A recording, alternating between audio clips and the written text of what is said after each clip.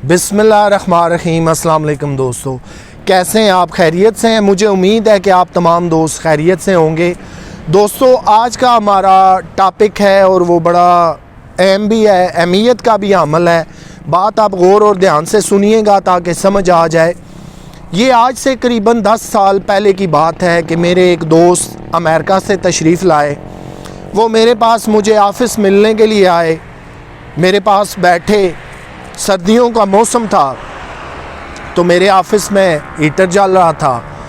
तो उन्होंने जब देखा कि हीटिंग कहाँ से आ रही है, जब पीछे मुड़ के देखा जहाँ वो चेयर पे बैठे हुए थे तो उनके करीब हीटर जल रहा था।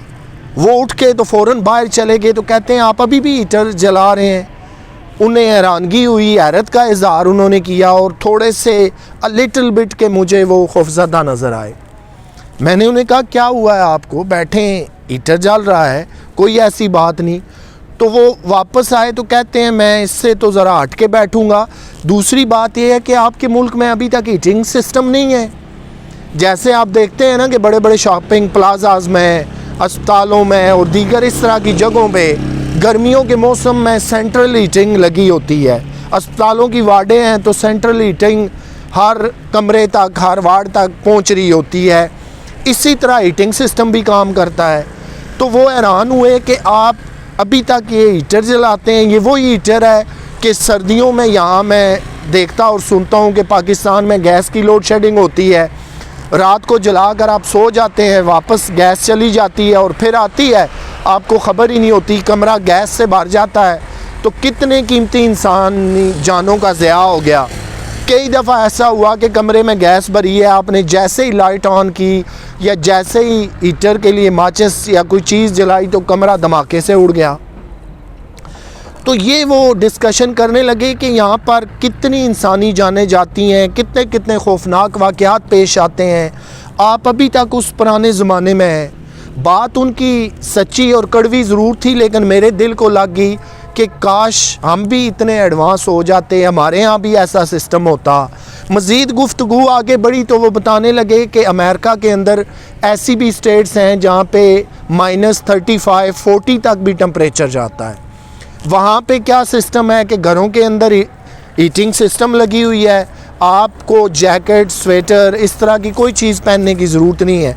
एक कमीज़ के अंदर आप अपने रूम में घूम रहे हैं, बाहर खिड़की में आप जो है वो बर्फ़बारी का नज़ारा कर रहे हैं। तो ये कमाल जो है वो सेंट्रल हीटिंग सिस्टम का है। इसी तरह शॉपिंग में सेंटर्स में चले जाएं, आम शॉपों पे चले जाएं, अस्पतालों में चले जाएं, मार्केट्स में चले जाएं, हर जगह आपको सेंट्रल हीटिंग मिलेगी। गाड़ियों में सिस्टम मौजूद हैं।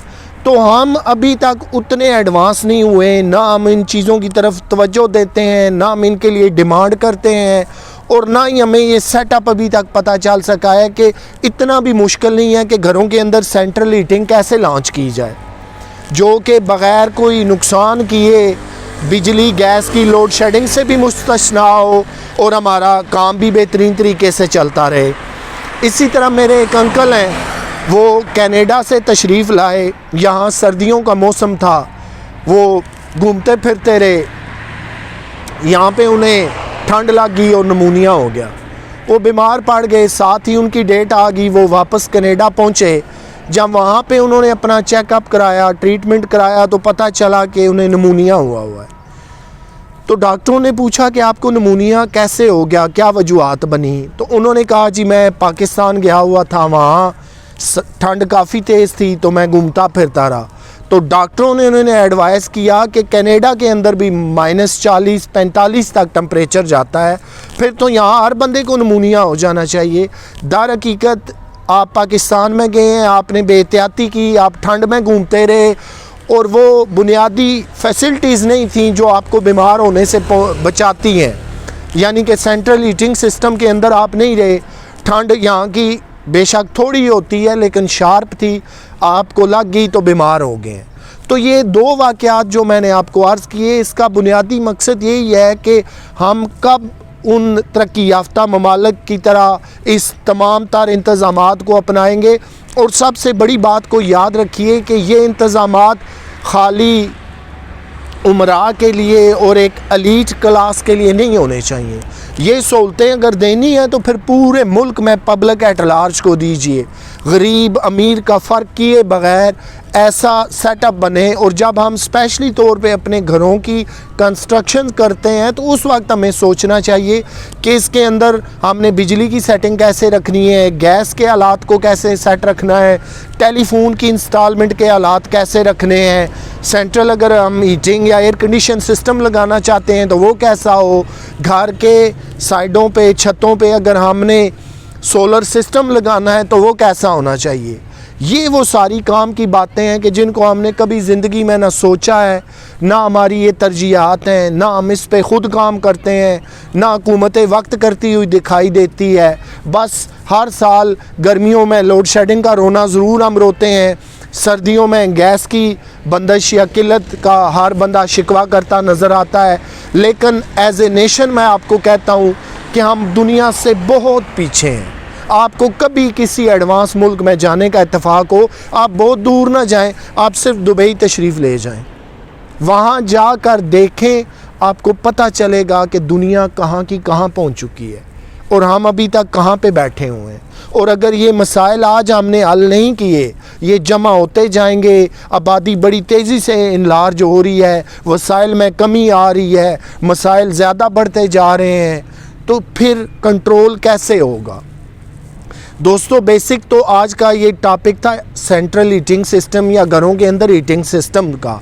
लेकिन मुझे उम्मीद है कि ये बातें आपको ना सिर्फ पसंद आएंगी बल्कि हमें इस पे सोचना भी है, अमली तौर पे काम भी करना है और फिर ऐसे इक़दामात उठाने हैं कि अगर फ़र्ज़ करें ये सहूलत मेरे घर में मौजूद है तो फिर मुझे किसी दूसरे को बताते हुए झिझक या शर्म का सामना नहीं करना चाहिए, बल्कि अपने तजर्बे को दूसरों से शेयर करें, दूसरों को भी मुश्किलात से निकालने के रास्ते बताएं, दूसरों के लाइफ स्टैंडर्ड को इन्हांस करने के लिए वो सारी चीज़ें बताएं ताकि दूसरों को भी फ़ायदा पहुँचे।